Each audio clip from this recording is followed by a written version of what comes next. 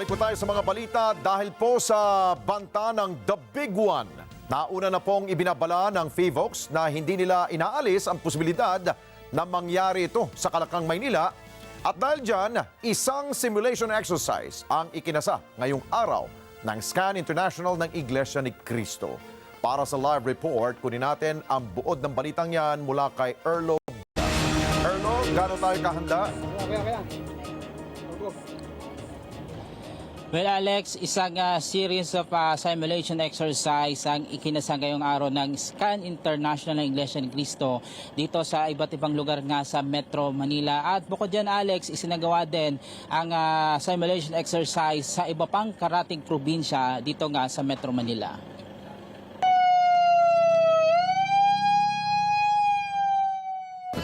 Kabilang lamang yan sa mga senaryo ng isinasagawang simulation exercise ng Society of Communicators and Networkers International o SCAN sa iba't ibang lugar sa Metro Manila kaugnay ng pagtama ng 7.2 magnitude ng The Big One sa NCR. Yan ay bahagi ng aktibidad kaugnay ng preparasyon pa din ng SCAN International kung papaano ang gagawin pagresponde ng organisasyon at pagtulong na din sa emergency response ng gobyerno sa The Big One. Kabilang sa kanilang naging simulation ngayong araw ay ang unang gagawin na pagsiset-up ng emergency communication system sa iba't ibang lugar sa Metro Manila kapag tumama ng napakalakas na lindol. Ito po ay aktibidad na pinagtibay upang maihanda ang buong SCAN na lalahukan na 30 distrito na kung saan ang buong Metro Manila ay naka-experience ng 7.2 magnitude earthquake. At ang buong Metro Manila ay nag-undergo, ang distrito ng buong Metro Manila, yung 8 distrito, sila po ay ang lubang na apektuhan. Ang SCAN po talaga ay trained ukol po sa incident command system, even po sa mga anumang rescue na response na ginagamit, lalong-lalo na po dito sa mga ganitong pagkakataon sa earthquake. Yan po ang pinaghandaan na po ng buong SCAN International. Isa rin sa kanilang sinimulate ay ang kasunod na gagawin ng mga SCAN Emergency Response Team ay ang pagtungod naman sa mga lugar na posibleng nagkaroon ng damage. Kasama na rin dito ang rapid damage assessment para masiguro ang dami ng tao maging ang equipment o resources na kakailanganin sa pagresponde sa isang lugar. Kabilang ang SCAN sa incident command system ng gobyerno sakaling magkaroon ng isang sakuna. Isa din sa kanilang pinagpaplanuhan ng senaryong nawalan ng kuryente, nawalan ng komunikasyon na kanilang tutugunan sa pamamagitan ng kanilang communication setup. Dito ay pagpaplanuhan din ang magiging response ng mga karating probinsya na may mga miyembro ng SCAN International na sa Emergency Response Team.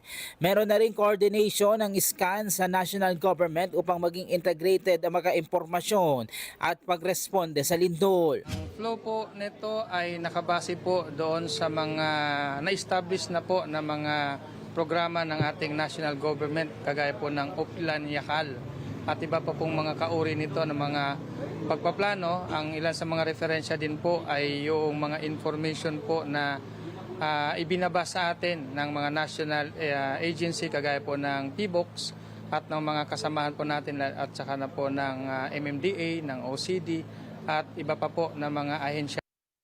Ang emergency response simulation ay layong ma-assess ang emergency situation sa isang lugar na sanhi ng kalamidad o sakuna.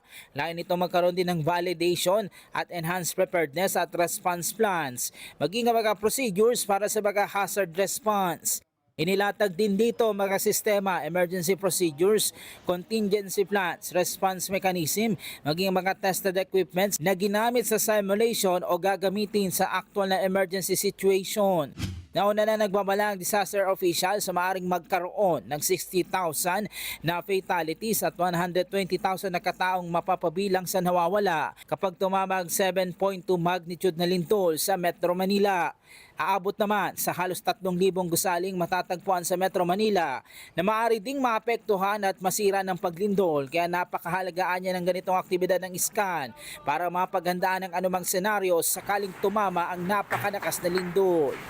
Inilatag po natin yung ating mga objectives. Ano po ang layunin natin sa ginagawa nating rescue operation na to? Unang-una na po yung kaligtasan ng ating mga kasama, mga kapatid at mamamayan. Pangalawa po, kaligtasan po ng ating mga responders. At meron din tayong objectives na sa loob ng 16 hours ay makapagtayo tayo ng communication setup at emergency power.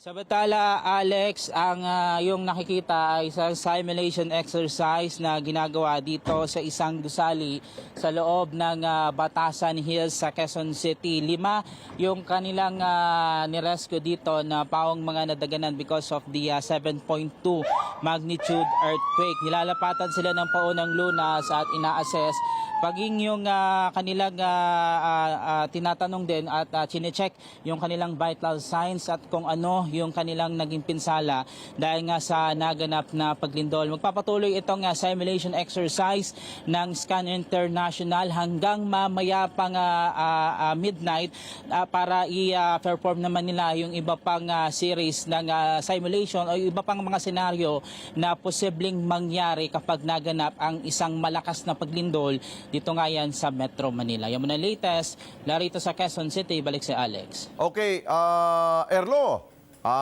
tinatanong ng taong bayan, ano ba ibig sabihin ng scan? Alex, ang SCAN ay Society of Communicators and Networkers. Samahan sila ng mga nasa radio group na at maging tumutulong din sa mga emergency response sa kapaligiran anumang uri ng sakuna, Alex. Okay, sa nakita ko, kompleto sa gamit at talagang mabilis silang rumisponde. Natanong mo ba kung ang grupo ba nila ay handang rumisponde sa ilang mga kalamidad sa ating mga kababayan sa iba't mga lalawigan? Tama ka dyan, Alex, no? Isa na yan sa kanilang ginawang training sa mga previous na mga taon. So may mga narespondihan na rin sila sa iba't ibang mga chapter o yung mga iba't iba nilang chapter na nasa iba't ibang panig ng bansa ay tumutulong din talaga para mag-response doon sa iba't ibang mga kalamidad na nagaganap nga dito sa ating bansa. Kabilang na dyan yung mga bagyo, paglindol, kung kaya parang ano na rin kasi yan parang katuwang na rin sila ng pamahalaan para doon sa augmentation force na rin na tinatawag para tumulong sa emergency response sa anumang uri ng kalamidad ang maganap sa dito nga sa ating bansa, Alex. Okay. Erlo, pakibulong mo sa kanila at pakisabi na ngayon pa lamang sila ay certified e-responder na. Maraming salamat, Sir Erlo Bringas.